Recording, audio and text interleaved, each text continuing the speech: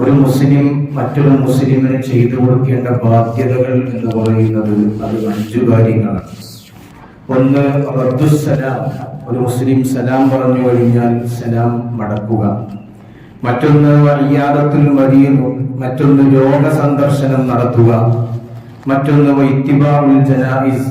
ജനാസയെ പിന്തുടരുക.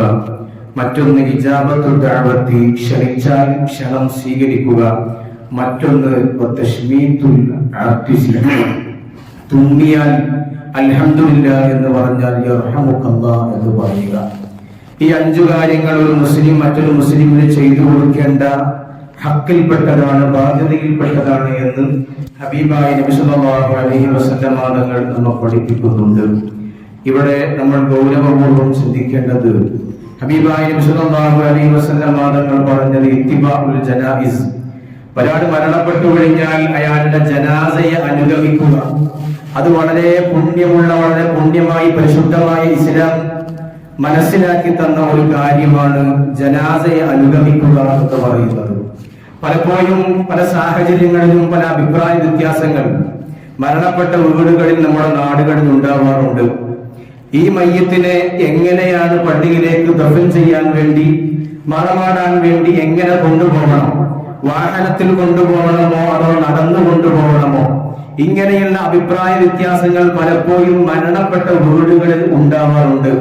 ഇവിടെ നമ്മൾ ഗൗരവപൂർവ്വം ചിന്തിക്കേണ്ടത് ഹബീബായ നബി സല്ലല്ലാഹു അലൈഹി വസല്ലം തങ്ങൾ നമുക്ക് പഠിപ്പിച്ചു തന്ന ഒരു മാതൃക എന്ന് പറയുന്നത്, ഇപ്പൊ കാലഘട്ടം കുറെ പുരോഗമിച്ചപ്പോ ഒരുപാട് നന്മകൾ നമുക്കുണ്ടായെങ്കിലും പല കാര്യങ്ങളിലും നല്ല കാര്യങ്ങൾ നമ്മിൽ നിന്ന് മറഞ്ഞു പോകുന്ന, നമ്മിൽ നിന്ന് നീങ്ങി പോകുന്ന ഒരു സാഹചര്യമാണുള്ളത്. ഹബീബായ നബി സല്ലല്ലാഹു അലൈഹി വസല്ലം തങ്ങൾ ഒരിക്കൽ ഒരു ജനാസയുടെ കൂടെ നബി സല്ലല്ലാഹു അലൈഹി വസല്ലം തങ്ങൾ ഇറങ്ങാൻ നിന്നപ്പോ ഒരു വാഹനം നബി സല്ലല്ലാഹു അലൈഹി വസല്ലം തങ്ങളുടെ മുമ്പിൽ കൊണ്ടുവന്നു. ഒരു മൃഗത്തെ, ആ കാലത്തെ വാഹനം എന്ന് പറയുന്നത് മൃഗമാണ്. നബി തങ്ങളുടെ മുമ്പിലേക്ക് ഒരു മൃഗത്തെ കൊണ്ടുവെക്കപ്പെട്ടു. അഥവാ ഒരു വാഹനം വന്നു, നബിയെ കയറിക്കോളൂ എന്ന് പറഞ്ഞപ്പോ നബി സല്ലല്ലാഹു അലൈഹി വസല്ലം തങ്ങൾ ആ വാഹനത്തിൽ കയറാൻ വിസമ്മതിച്ചു. എന്നിട്ട് പിന്നീട് തിരിഞ്ഞു പോന്നപ്പോ, ജനാസ കഴിഞ്ഞ്, ദഫൻ കഴിഞ്ഞ്, മറമാടൽ കഴിഞ്ഞ്, നിസ്കാരം കഴിഞ്ഞ് തിരിച്ചു പോയപ്പോ വീണ്ടും ഒരു വാഹനം നബി തങ്ങളുടെ മുമ്പിൽ കൊണ്ടുവന്നു. അപ്പോൾ നബി സല്ലല്ലാഹു അലൈഹി വസല്ലം തങ്ങൾ ഫറകിബ, വാഹനത്തിൽ കയറി തിരിച്ചുപോയി. ഈ സന്ദർഭത്തിൽ സ്വഹാബത്ത് ചോദിച്ചു, നബിയെ, എന്തിനാണ് നബിയെ നിങ്ങൾ ഇങ്ങോട്ട് പോന്നപ്പോൾ നടന്നു പോരുകയും അങ്ങോട്ട് വീണ്ടും ദഫൻ കഴിഞ്ഞ്, നിസ്കാരം കഴിഞ്ഞ്, മറമാടൽ കഴിഞ്ഞ് തിരിച്ചു പോകുമ്പോ വാഹനം കയറുകയും ചെയ്തത് എന്ന് ചോദിച്ചപ്പോൾ ഹബീബായ നബി സല്ലല്ലാഹു അലൈഹി വസല്ലം തങ്ങൾ സ്വഹാബത്തിന് നൽകിയ മറുപടി, ഇന്നൽ മലായികത കാനത് തംശി ഫലം അകുൽ ലിഅർകബ. എന്റെ ഈ ജനാസയെ ഇവിടെ നിന്ന് കൊണ്ടുപോകുന്ന സന്ദർഭത്തിൽ, വീട്ടിൽ നിന്ന് പള്ളിയിലേക്ക് ജനാസയെ എടുക്കുന്ന സന്ദർഭത്തിൽ അല്ലാഹുവിന്റെ മുഖറബീങ്ങളായ മലായികത്ത് ഈ ജനാസയോടുകൂടെ നടന്നു വരുന്നുണ്ട്, ജനാസയോടുകൂടെ മലായികത്ത് നടക്കുന്നുണ്ട്. അതുകൊണ്ട് ഫലം അക്കുല്ലി അർക്കബ വഹും യംശൂൻ. മലായികത്ത് ഈ ജനാസയോടുകൂടെ നടന്നു പോകുമ്പോ ഞാൻ വലിയ ശുജാഇയായി വണ്ടിയിൽ പോകുക എന്നത് എനിക്ക് യോജിച്ചതല്ല എന്ന് ഹബീബായ നബി മുഹമ്മദ് മുസ്തഫ സല്ലല്ലാഹു അലൈഹി വസല്ലം തങ്ങൾ തന്റെ പ്രിയപ്പെട്ട സ്വഹാബത്തിനോട് പഠിപ്പിച്ചു കൊടുക്കുകയാണ്. എന്നിട്ട് പറയാൻ, ഫലമ്മാ ദഹബു, മയ്യിത്തിനെ മറമാടി തിരിച്ചു പോയപ്പോൾ മലായികത്തൊക്കെ പോയി, ഫറകിത്തു, അപ്പോൾ ഞാൻ വണ്ടിയിൽ പോകുന്നു എന്ന് നബി സല്ലല്ലാഹു അലൈഹി വസല്ലം തങ്ങൾ സ്വഹാബത്തിന് പഠിപ്പിച്ചു കൊടുക്കുകയാണ്.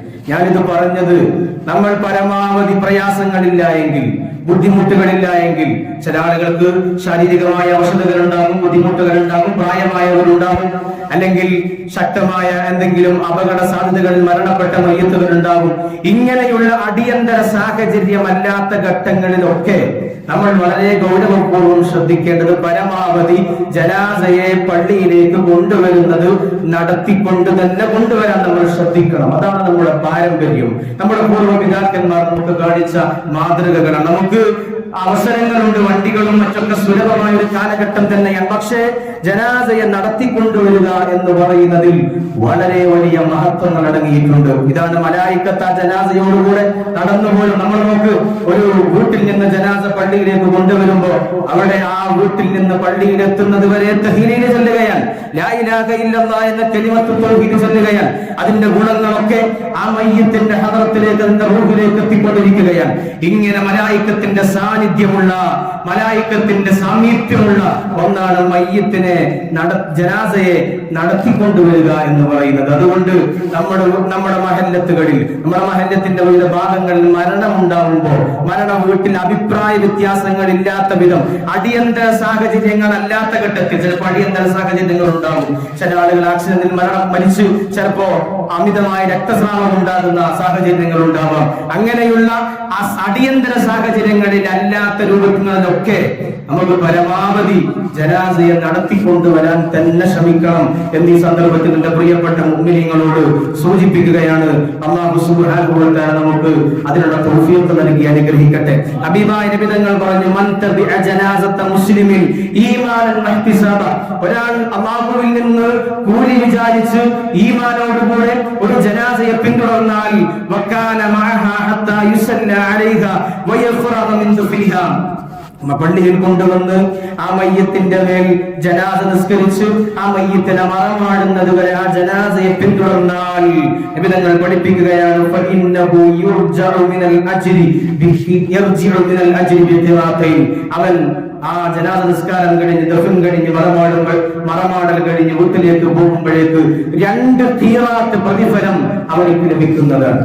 എന്താണ് ഒരു ഖീറാത്ത് എന്ന് പറഞ്ഞാൽ? മുത്തലിബ് തന്നെ പറയുന്നു, കുല്ലു ഖീറാത്തിൻ മിസ്ലു ജബലി ഉഹദ്, ഉഹദ് പർവതത്തിന്റെ ഉയരത്തോളം, അതിന്റെ വണ്ണത്തോളം വരുന്ന പ്രതിഫലമാണ് ഒരു ഖീറാത്ത് എന്ന് പറഞ്ഞാൽ എന്ന് ഹബീബായ നബി മുഹമ്മദ് മുസ്തഫ സല്ലല്ലാഹു അലൈഹി വസല്ലം തങ്ങൾ പഠിപ്പിക്കുന്നുണ്ട്. അതുകൊണ്ട് ജനാസയുമായി ബന്ധപ്പെട്ട കാര്യങ്ങളിൽ ഇങ്ങനെ നമ്മുടെ പാരമ്പര്യമായി നമ്മുടെ പൂർവികന്മാർ നമുക്ക് കാണിച്ചു തന്ന അതേ മാതൃകയിൽ തന്നെ അതൊക്കെ നടത്തിക്കൊണ്ടുവരാൻ നമ്മളൊക്കെ ശീലിക്കണം. അല്ലാഹു സുബ്ഹാനഹു